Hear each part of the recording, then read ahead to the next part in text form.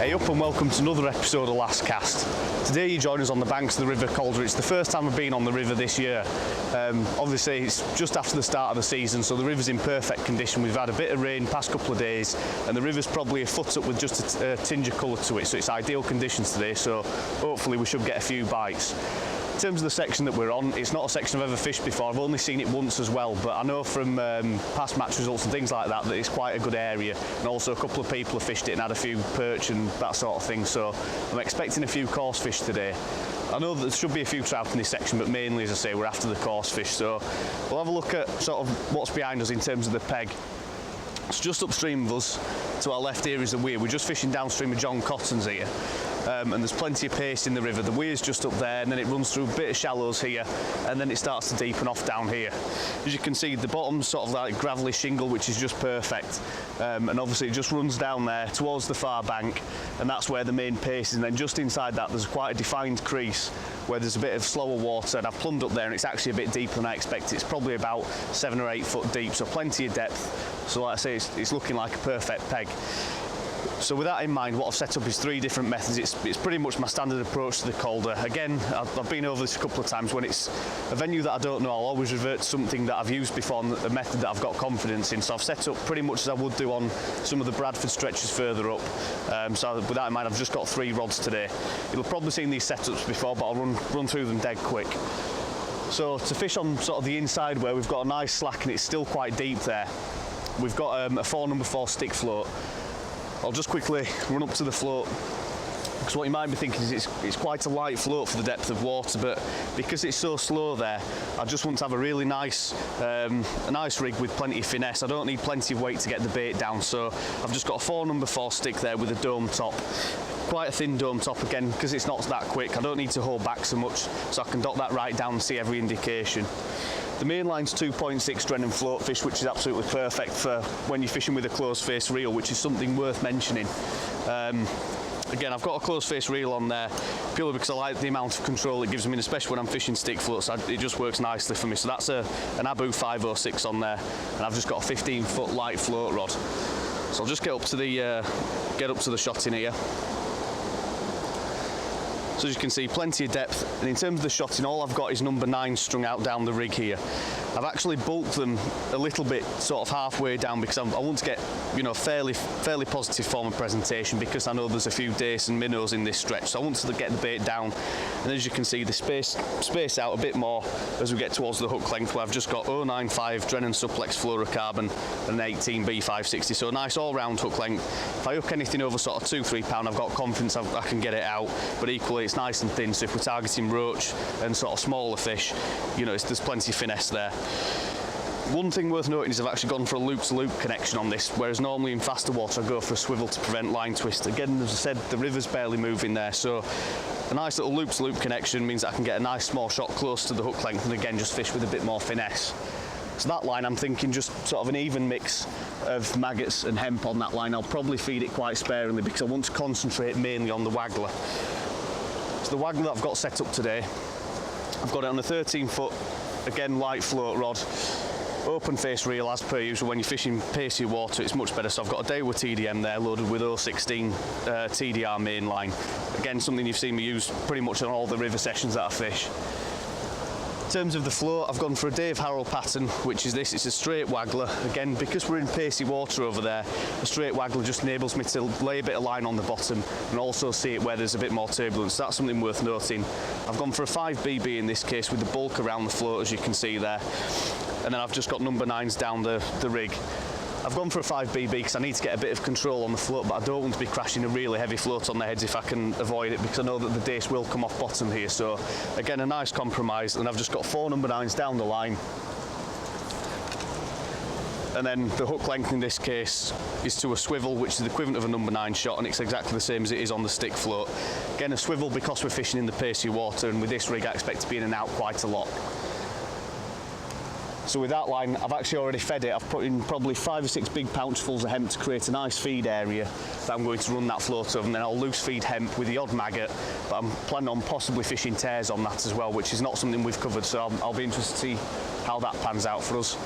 And then the final rod is the usual Shakespeare Sigma 10 foot, again a TDR mainline, mainline on there with a TDM reel, 018 this time, so a bit heavier in case there's a few rocks and snags. And I've just got a 1/4 ounce bomb on there, down to an 012 fluorocarbon hook length in this case, and a 16 B560. So again, nice and light, but a good compromise. So if I'm hooking big perch, I'd expect to get them out on an 012, even bigger chub, especially with a nice soft action to the rod. One thing worth noting, which I've done as a change in this case to when I'm usually fishing a link ledger or a light ledger, is I've actually got a shorter hook length. As you can see there, it's only about 10 inches long, but I've attached it to the main line with a water knot, and then I've got these two float stops on here, nice and tight Sensus float stops, to prevent the bomb from sliding down the line. Now the reason I've done this is so I can very easily vary the length of my hook length, but also I can get this 018 main line, which is a lot heavier, on the bottom away from, to get the hook length basically away from any rocks or anything that might damage it. If I was fishing a really long light hook length, dragging it through the rocks, there's a good chance that I could start tearing that hook length up and damaging it. So a nice light hook length like that should flutter up off the bottom a little bit and leave the heavier line on the bottom, like I say, more robust, so when we're dragging it through any snags or rocks or anything, then we're not likely to get broken off. So that's the rigs. Again, nice and simple, and my sort of go-to river approach. In terms of the bait today, I've actually gone a bit lighter, so I've mainly brought a pint of maggots, so those are going to be fed mainly on the short line and used as hook bait, but my main baits today are going to be hemp and tares. So I've got two big tins of hemp here. The hemp I'm using is the Dynamite Hemp Seed Natural, which is just a really good high quality hemp, nice big grains and nice and heavy to get to the bottom. Again, the idea behind that is because I've got plenty of depth out there and quite a bit of pace, I want to fish a decent bait that's going to get to the bottom and stay there, and equally it's a bait that will get through a lot of the small fish if they are present. So whenever I'm fishing venues where there's lots of minnows or bleak or really small dace, moving towards a more seed-based approach is much better to sort out the better fish. And then finally, I've just got half a kilo of worms there. Again, those are going to be mainly hook bait for the link ledger if I think there's a big perch or a chub about. So, as I say, a dead simple approach, 2 lines, going to be mainly concentrated on the hemp and tares today with a few maggots thrown in. And as I say, because I don't know the venue, we're just going to see what we catch. So I'll get fishing now. What I've done, as I've said at the start of the session, is put a nice bed of hemp seed out on the far bank, line with the Wagler, and I'm just going to start trickling baiting on the short line. And what I'm going to do for the first probably 20 minutes, half an hour, while I run through what I'm actually planning on doing, I'm just going to fish the link ledger over the top with a worm, see if I can get an early bonus fish. So we'll crack on with that now and see what we can catch. Right, so I'm going to go for the first cast of the session now. As you can see, I've started on the link ledger, and I've just got a nice small dendrobina on that size 16 B560, and I'm just going to chuck that over the feed area. Now, before I cast out, what I'm going to do is quickly run you through a couple of points which I look to do on most of my river fishing now where I can, and it's something that's really helped me, really, to be honest, when it comes to presenting a bait and also fishing more efficiently. So there's a couple of features I look for when I'm looking to pick an area in my peg to fish. Firstly, it's an area where there's good presentation, so it's downstream, I can fish in a good crease and I can get the rig to work properly. The second one is down to the visibility of that area of the peg. Now, there's no point fishing somewhere in your peg where you can't see your float or read it. So what I've done here is I've actually picked a far bank marker, which is a tree, where I've plumbed up in front of. I know there's a nice deep area there, it's nice and flat, so that's going to be sort of my target area, if you like, of the peg. So that firstly gives me a point in reference to where I know where to feed and where to expect bites. So I'm feeding just upstream of that, and I know where to be putting my rig. The other thing as well is picking a nice dark area of the peg, or an area of the peg where you can see your float nicely. Again, on a lot of rivers you'll find places where the water's really dappled and you can't see anything. Whereas here, because I've obviously got the tree cover on the far bank, it creates a nice dark area, so that entire run where my float's going down, I can see it for probably a good 15-20 yards, which is perfect. So as I say, a bit less talking now, and we'll get this chucked out and get feeding.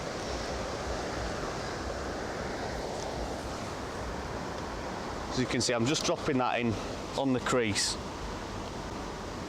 And what I always do with the link ledger is I never tighten up to it, because it's such a light bomb. Anything will register on the tip, but I'm just letting sort of the bow pick up in the flow, and it'll just put a tiny little bend in that tip. Now, what I've done with these quiver tips for this Sigma wand is I've created sort of more of a river one. So I've got all the tips that I use further up the river, which are much softer, the glass tips, little indication there. But this one I've just taken about 2 inches off it, the top eyes, and that just stops it bending right round in the flow, and it's perfect for when you're fishing a link ledger in a bit pacier water. So it's something to always consider when you're using glass tips on a rod, especially if you're doing link ledger work and things like that. When it comes to rivers, consider if you need to take a couple of inches off one of the tips, and it'll just give it a slightly stiffer action, so you don't have little indications there all the time now. So you don't have the tip bent right round, so basically you can see all the indications then. What I've also done with this is I've actually painted the tip white as opposed to the orange, and I find that much easier to see when I'm fishing on bits of the Calder again where the water's basically black in front of me.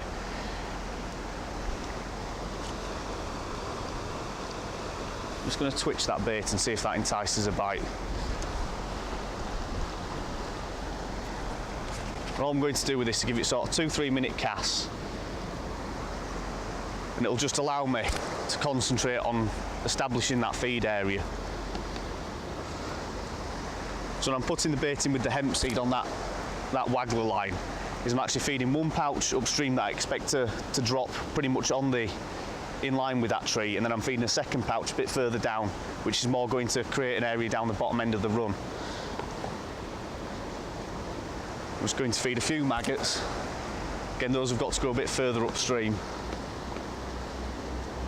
And a couple of tears. So I'm going to feed quite heavily initially on this line,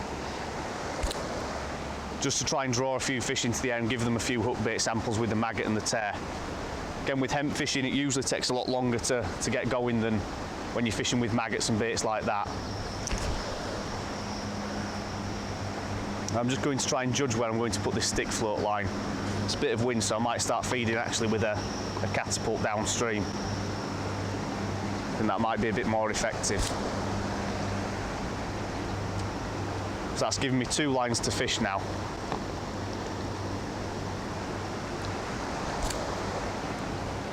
So like I say, I'm just going to trickle maggots in on that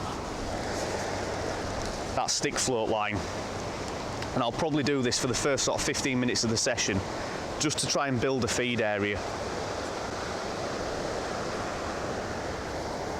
Again, by chucking a nice little bomb like this out, I'm not thrashing the water with a Wagler or anything like that, so especially if the fish are wary, it's something to do is that.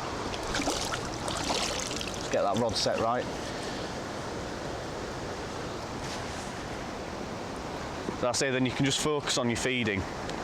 So hopefully when you do go in on the Wagler or the stick, you should start getting indications straight away, and the fish will have confidence because they've not had a rig over their heads.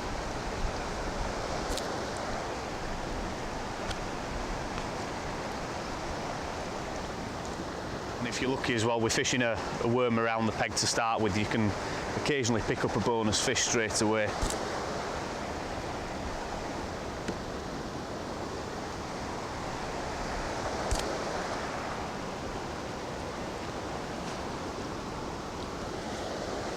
Just give that a bit of a twitch back into the stick float line, see if there's anything there.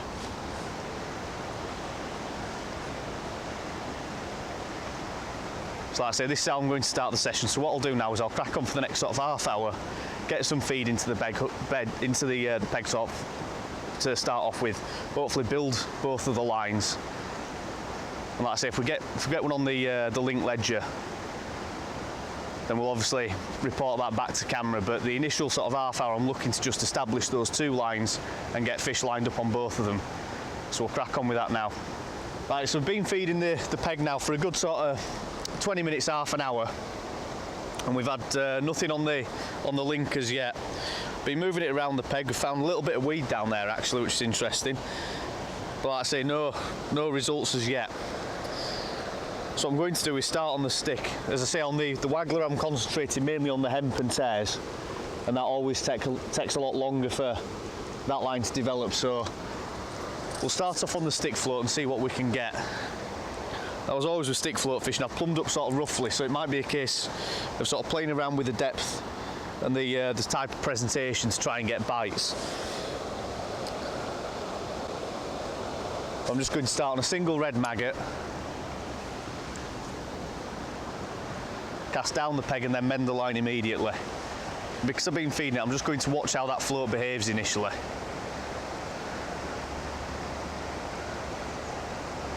Interesting, it's barely moving there. I've already seen a couple of fish rise in that area, whether they were small dace or roach, I'm not sure.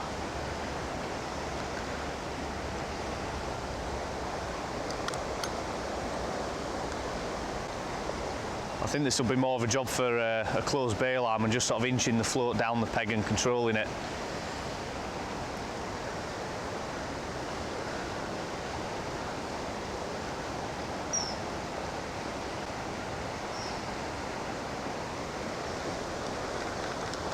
Then we'll try just a bit further across and a bit further downstream. If it requires it, I might have to go to a slightly heavier stick float and get across the river a bit more to try and get into the flow and keep the bait moving.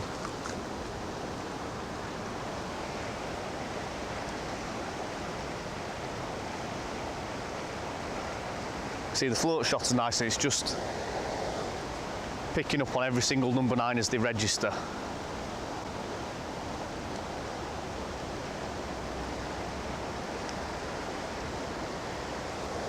That was a bite then.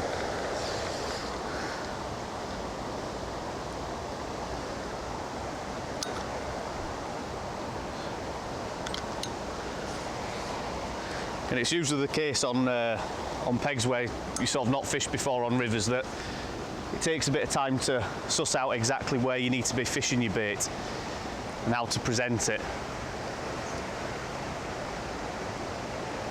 So I'm expecting the session to just get better and better as the day goes on. I sort of get a bit more used to how the peg's fishing, how I need to be presenting the bait.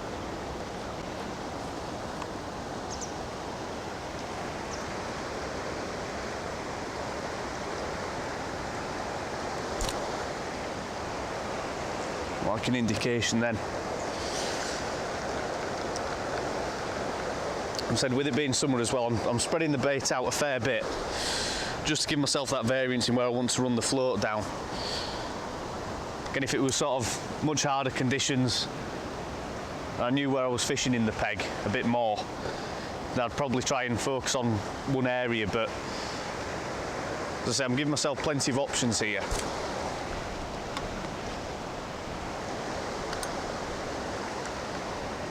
Don't think in that area there's enough pace to run onto the feed area, so it might be a case with the stick of more casting on top of where I've been feeding.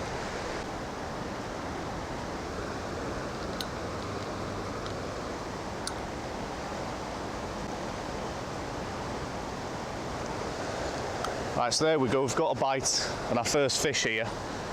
Feels like a nice fish actually, and what I've done there is actually change where I'm fishing in the peg. I've put it towards that tree in the middle of, or towards the far side of where I've been feeding, and we've got a perch straight away.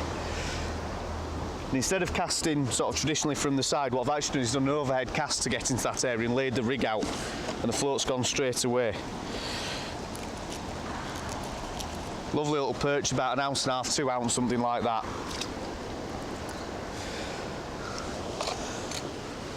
So we've just been fishing on the stick probably for about 5-10 minutes.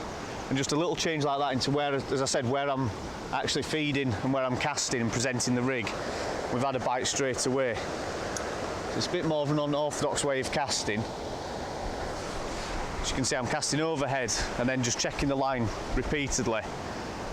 Then in order to keep control of the float there, I'm having to lift the rod really high and fish almost a direct line to the float because there's so little flow, and the water in front of me is actually pulling to me. There's a little indication there.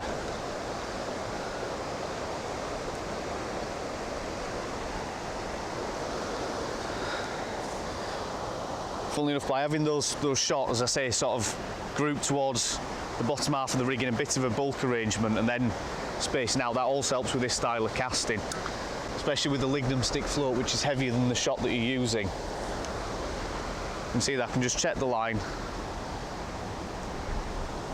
I'm just holding the line up off the water. And the float there is just barely moving through.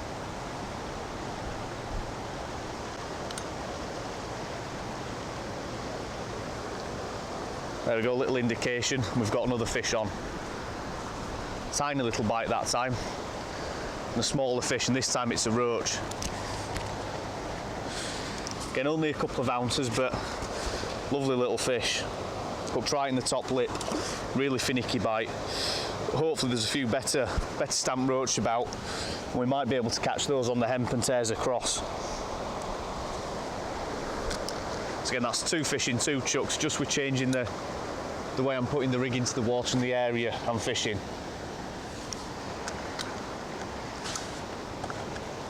I'm actually going to fish that on a tight line with the bail arm closed, just so I can keep as tight as I can to the float.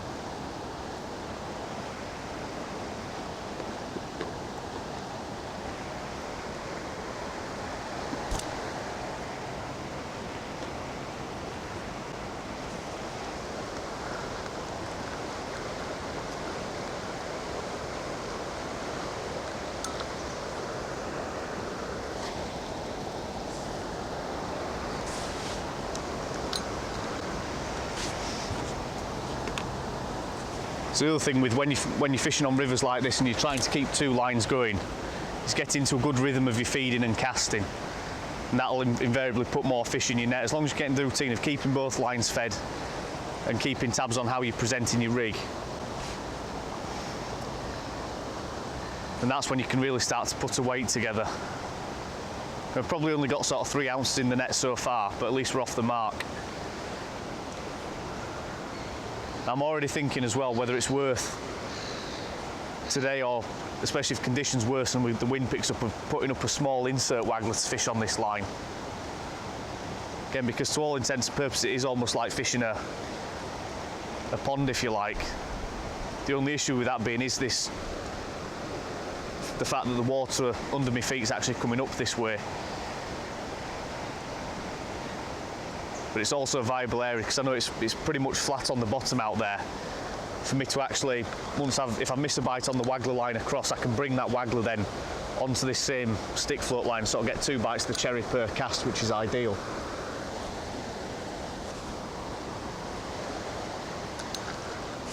So I'm just casting out, checking the line, tightening up to the float so I don't have too much slack for the flow on the near side to pick up. Just going to drip feed some bait in. There we go, that's a bite there. Small fish this time. See what we've got here. It's a tiny little dace. So that's 3 chucks and 3 different species, or 3 bites I should say. Really small fish, probably the ones that I've seen topping already. Nailed just in the bottom lip there. Probably only ½ an ounce, but again, fantastic to come down here on the Calder and catch 3 different species in 3 fish. So one interesting thing there as well, which is a skill that's, you really have to learn for the river, is being able to feed with fish and feed with a catapult in hand. I'm just going to try that stick a bit further across the river this time, let it drift in. Put a big pouch full of hemp out there, ready for the waggler. Probably give it 2 feeds this time. I'm just going to draw that float back in. Actually, it's come upstream a little bit too much as that.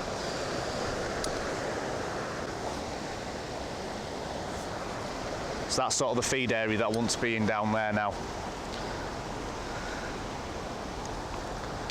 So again, while that's out there, I'm actually going to feed on top of the float in that area. That's a bite. Missed it. So I'm actually going to feed directly on top of the float in that area, because it's, as I say, the water's so calm there. That maggot's definitely been sucked. Because it's so calm there, it's basically the same as fishing a static rig, like as if you're on the pole.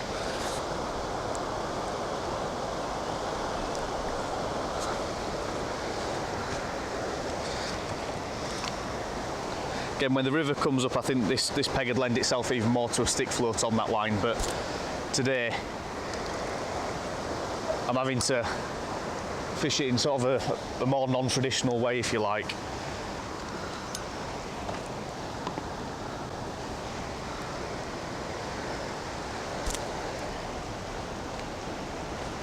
So again, just a few maggots down the peg.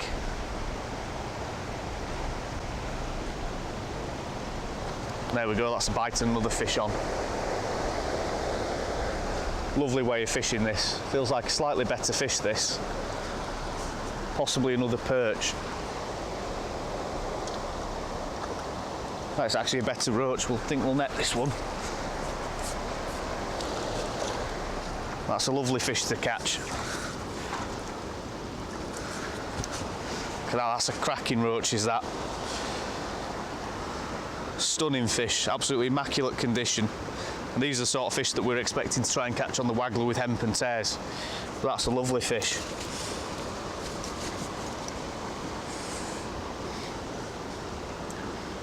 Again, you could see how quick that bite was, and because I'm fishing on a tight line, how easy it was to react. So as soon as that float went under, straight into the fish, which is perfect. We'll get him slipped in the net.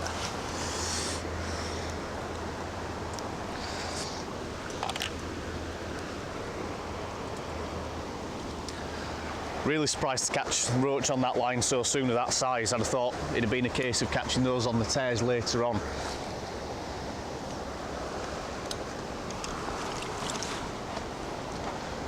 Again, just getting that float out there, it's absolutely static in line with the far bank marker. Decent pouch full of hemp over the top. Then a few maggots. I don't want to be feeding too many maggots. There's a bite, I missed that one. I don't want to be feeding too many maggots for the risk of drawing those small dace, and if I can focus on the roach and the perch, then that's how we'll put together a much better weight. Must have been a better fish that, as the maggot's not damaged.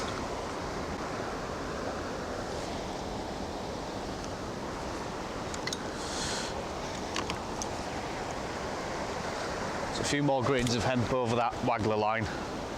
I'm also, what I've also been doing is dropping in the odd tear over there just as a hook bait sample.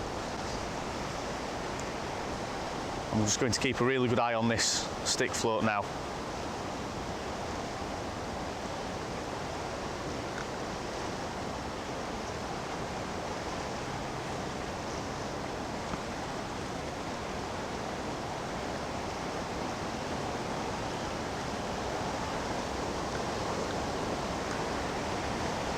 What I can also do is just sort of drag the float back towards me a little bit, and that'll lift the bait off the bottom again.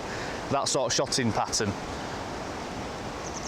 More so when the river's flowing a bit more, you can really control the bait and present it to the fish. So by slowing it down, the bulk will keep the float on line and stable. There's a little indication there. But because the shot gets spaced out more towards the bottom end of the rig, that'll allow the bait to flutter up off the bottom, and quite often that's when the fishing's really hard. Doing that and stopping the float and letting the bait come up in the water just gives the fish a bit more chance to see it and can entice bites.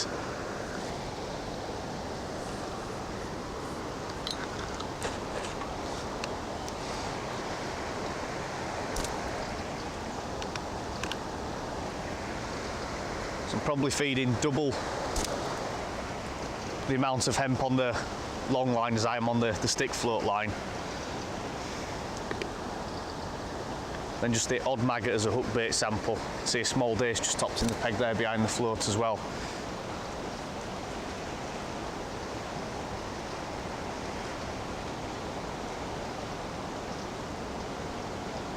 And tiny little digs on the float, which could be minnows or they could be dace. And one thing worth noting is today, because I don't know the peg particularly well, I know if it's fairly prolific, I could get away with, say, a 16 or a 14 hook even. Another little indication there. But I've actually gone more on sort of the refined side of the 18s. Now I know further up on the Calder that you can't, in some days, especially when the conditions are hard, it's just nipped on the end, is that maggot. When the conditions are hard, you have to fish a 20 or a 22. Now by starting on an 18, I've got the option then to drop down in size if it's difficult, or step up if the fishing's really prolific. I think it's just about right to start on this now.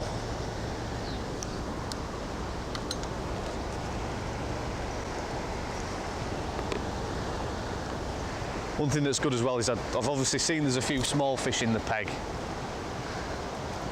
but fortunately I'm not getting any daft indications on the stick as soon as it's going in, which I think is partly down to the shotting and also down to the fact that I'm feeding hemp. Getting the odd miss bite, which could be dace. Again, I find in sort of slacker and slower water, dace bites can be a nightmare to hit. And they just get a bit too much time to have a look at the bait.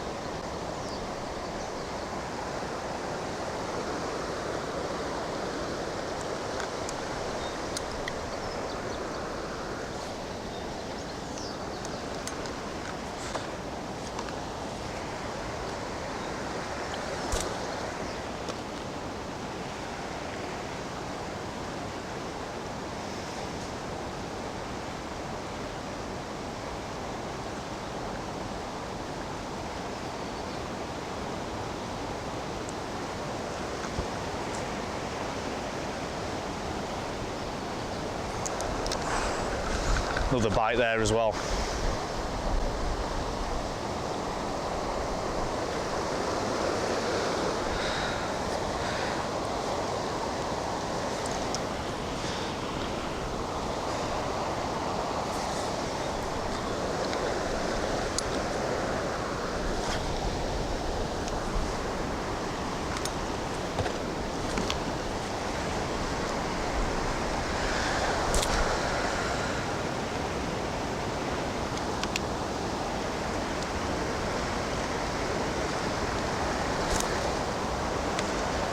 And we've got another fish on now, slightly further up the peg, just as I was feeding again. What have we got here? Tiny little perch. So I think what we'll do now is we'll crack on, try and establish the peg, probably give it 45 minutes, maybe an hour on the stick float line. Keep feeding that long line, as I say, hopefully when we go on there we can get straight on the tear and see if we can get a few bites. We'll crack on now on this short line, see if we can get a few more fish. Like I say, just keep priming both lines, and hopefully as the session goes on, they should just get better and better.